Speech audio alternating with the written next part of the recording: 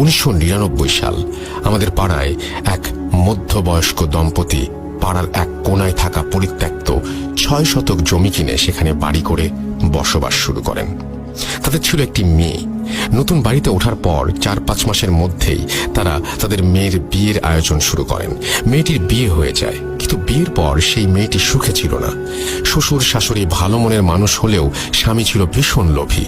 সে বারবার টাকার জন্য মেয়েটিকে বাপের বাড়িতে পাঠাতো। পর্যাপ্ত টাকা পয়সা না নিয়ে আসলে মেয়েটিকে শারীরিক ও মানসিকভাবে নির্যাতন করত। এক সময় অত্যাচার আর সহ্য করতে না পেরে মেয়েটি তার সমস্ত জিনিসপত্র নিয়ে বাধ্য হয়ে সেখান থেকে তার বাপের বাড়িতে চলে আসে।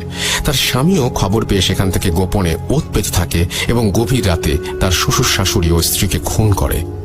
তারপর সে সমস্ত টাকা পয়সা ও সোনাদানা নিয়ে পালিয়ে যায়।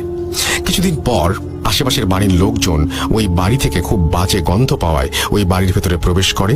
বাবা মা ও মেয়ের গলিত লাশ আবিষ্কার করে। এরপর পুলিশে খবর দেওয়া হয়। পুলিশ এসে তাদের লাশ নিয়ে যায় এবং বাড়িটি যেভাবে ছিল সেভাবেই রেখে শুধু গেটে তালা দিয়ে বাড়িটা সিলগালা করে চলে যায়। ঘটনা 1। প্রায় 6 মাস পর ওই বাড়িটি ঠিক পাশের টিন শেড বাড়িটি বিক্রি করে দেওয়া হয়। এবারে এক দম্পতি বাড়িটি কিনে নেন এবং ওই টিন শেড বাসা ভেঙে 3 তলা দালান নির্মাণ করেন। তখন তারা ওই পাড়াতেই একটা ভাড়া বাড়িতে থাকতো। অনেক শ্রমিক লাগিয়ে বেশ তাড়াতাড়ি এই বাড়িটি বানানো হয়ে যায়। বাড়ি পুরোপুরি রেডি, শুধু রং বাকি।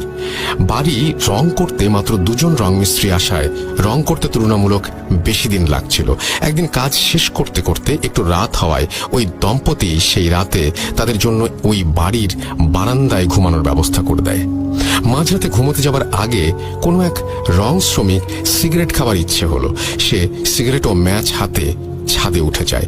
ছাদে গিয়ে সে সিগারেট জ্বালিয়ে ম্যাচটা না নিভিয়েই ওই পুরনো ভবনে ছুড়ে দেয়।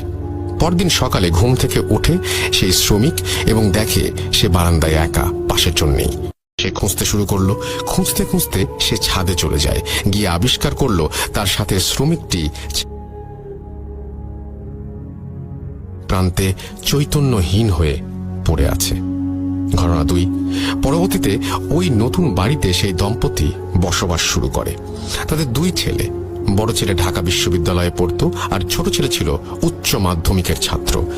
ছোট ছেলেটি বিড়াল খুব ভালোবাসতো এবং বাড়িতে 3-4টি পোষা বেড়াল ছিল। একদিন ওই বেড়ালগুলো সন্ধ্যার সময় ছাদে উঠে ছাদের কোনায় থাকা টবে গিয়ে একটা ছোট গাছে চড়ে লাফঝাপ করছিল। বেশি নড়াচড়ার কারণে এক পর্যায়ে টব সহ ওই বাড়ির বিড়ালটি পিছলে ছাদ থেকে ফসকে পড়ে যায়। ওই সিলগালা করা বাড়ির আঙিনায় তারা গিয়ে পড়ে। সাথে সাথে ওই বিড়ালগুলো প্রচন্ড জোরে চিৎকার করে ওঠে। সে কেবল এক মুহূর্তের জন্য। এক মুহূর্ত পরে সব থেমে যায়। চিৎকার শুনে বাড়ির লোকজন বিড়ালগুলোকে খুঁজতে শুরু করে, কোথাও পায় না। পরের দিন সকালে দেখা গেল পরিত্যক্ত বাড়ির গেট থেকে ঠিক 1 হাত সামনে খুব যত্ন করে সারি করে গুছিয়ে 3টি বিড়ালের লাশ। প্রত্যেকটা বিড়ালকে ঘাড় মোটকে মারা হয়েছে। যেটা আরো আশ্চর্যের বিষয় সেটা হলো বিড়ালগুলোর শরীরে 1 ফোঁটা রক্তও নেই। শুকনো ঠনঠনে জায়গায় বিড়ালের মৃত শরীরগুলো এমন ভাবে সাজিয়ে রাখা হয়েছে যে দূর থেকে দেখলে মনে হয় 3টি বিড়াল খুব আরাম করে ঘুমোচ্ছে। অবাক করা ব্যাপার হলো বাড়িটি কিন্তু সিলগালা করাই রয়েছে। বিড়ালগুলো ওই বাড়িতে আটকে পড়ে ওদের কেন মেরে এখানে রেখেছে সেটা কেউ বুঝতে পারছিল না। ঘটনা 3।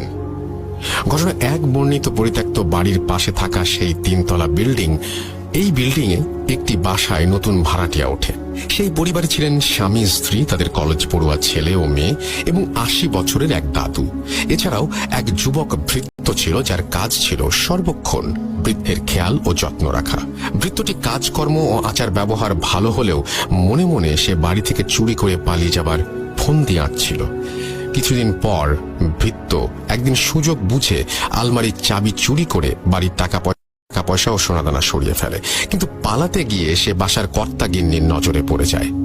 এক নজর দেখেই স্বামী স্ত্রী কারো বুঝতে বাকি রইল না যে ছেলেটি চুরি করে পালাচ্ছে। তারাও ছেলেটিকে ধাওয়া করে।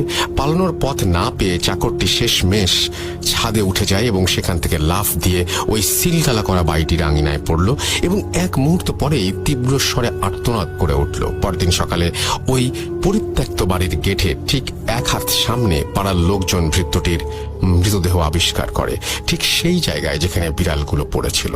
কিন্তু ভয়ের ব্যাপার